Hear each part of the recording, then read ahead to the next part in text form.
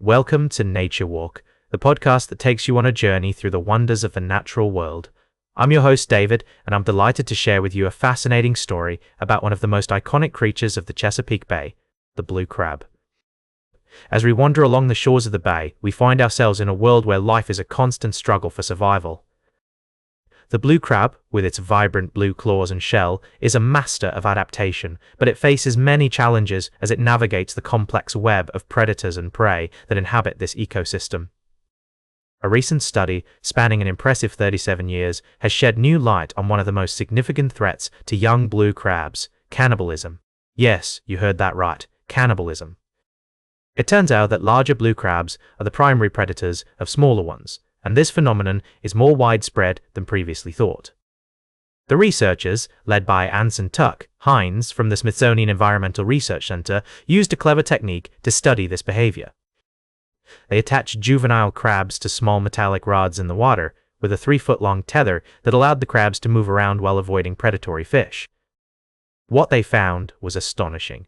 Roughly 74% of the crabs survived for 24 hours, but over half showed signs of cannibalism. The team also used high-resolution sonar to observe the behavior of fish and larger crabs in the area. They discovered that most fish didn't show any interest in the tethered crabs, while adult crabs attacked them with gusto. The smallest crabs were more than twice as likely to get eaten as their larger counterparts, but they were much safer in shallow waters. This research has important implications for the conservation of blue crab populations. By understanding the dynamics of cannibalism and predation, scientists can develop more accurate models for managing the fishery and protecting these incredible creatures. However, there's a catch. The shallow water sanctuaries that provide refuge for young blue crabs are under threat from human activities such as seawall construction and invasive species. As we explore the natural world, we're reminded of the delicate balance that exists within ecosystems. The story of the blue crab is a powerful reminder of the importance of preserving these habitats and protecting the creatures that call them home. We'll be right back with more fascinating stories from the natural world on Nature Walk. Welcome back to Nature Walk. I'm your host, David. Today we're exploring the fascinating world of fungi and a remarkable discovery that's left scientists amazed. A team of researchers has identified a fungal protein that can trigger ice formation at temperatures as high as 28.4 degrees Fahrenheit, which is well above the freezing point of water. This incredible finding has significant implications for our understanding of climate science and could potentially lead to breakthroughs in weather engineering, food production, and even the preservation of cells and organs. The story begins with a common soil fungus from the Mortierelliaceae family, which was extracted from water and lichen samples collected during polar expeditions.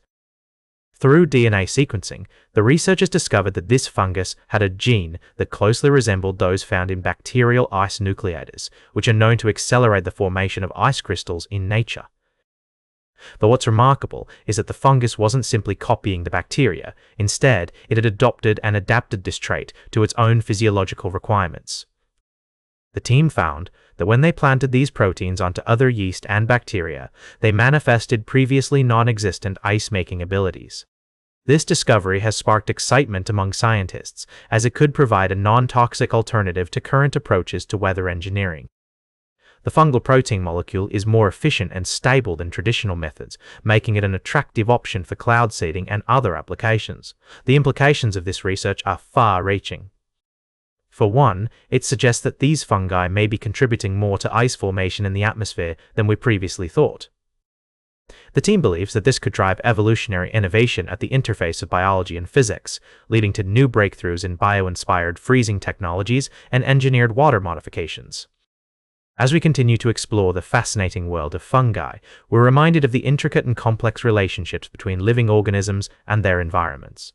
This discovery is a testament to the awe-inspiring diversity of life on Earth and the secrets that still await us in the natural world. Welcome back to Nature Walk, dear listeners. As we venture into the vast expanse of our galaxy, we're constantly reminded of the awe-inspiring diversity that exists beyond our planet. Today, we're going to explore two fascinating discoveries that have left astronomers abuzz with excitement. Firstly, let's talk about an Earth-sized planet candidate that has been found orbiting a nearby star on a 355-day orbit.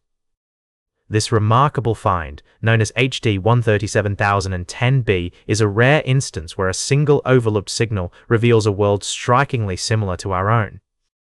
The fact that it takes this planet approximately 355 days to complete one orbit around its star makes it an intriguing target for finding life. As we continue to learn more about this enigmatic world, we can't help but wonder if we might be on the cusp of discovering evidence of life beyond Earth. But, as we delve deeper into the galaxy, we come across a planet that's quite unlike anything we've seen before. Meet the 50th 9859d, a molten exoplanet with volatile gases in its atmosphere and a permanent magma ocean. Located about 35 light-years away from us, this extraordinary world is approximately twice the mass of Earth and orbits a small, cool star along with 4 other planets. The discovery of sulfur dioxide and other sulfur gases in its atmosphere has led researchers to believe that L9859d may be the stinkiest place in the galaxy. Imagine an eternal landscape of rotten eggs and farts. As we try to wrap our heads around this peculiar planet, scientists are using computer simulations to reconstruct its history, tracing its evolution from birth to the present day. These simulations suggest that the mantle of L9859d is likely molten silicate, similar to lava found on Earth, with a global magma ocean extending thousands of miles below. The ultraviolet light from its host star triggers chemical exchange reactions between the planet's interior and atmosphere, resulting in the release of sulfur dioxide into the upper atmosphere. What's truly exciting about this discovery is that it challenges our current understanding of planetary categories.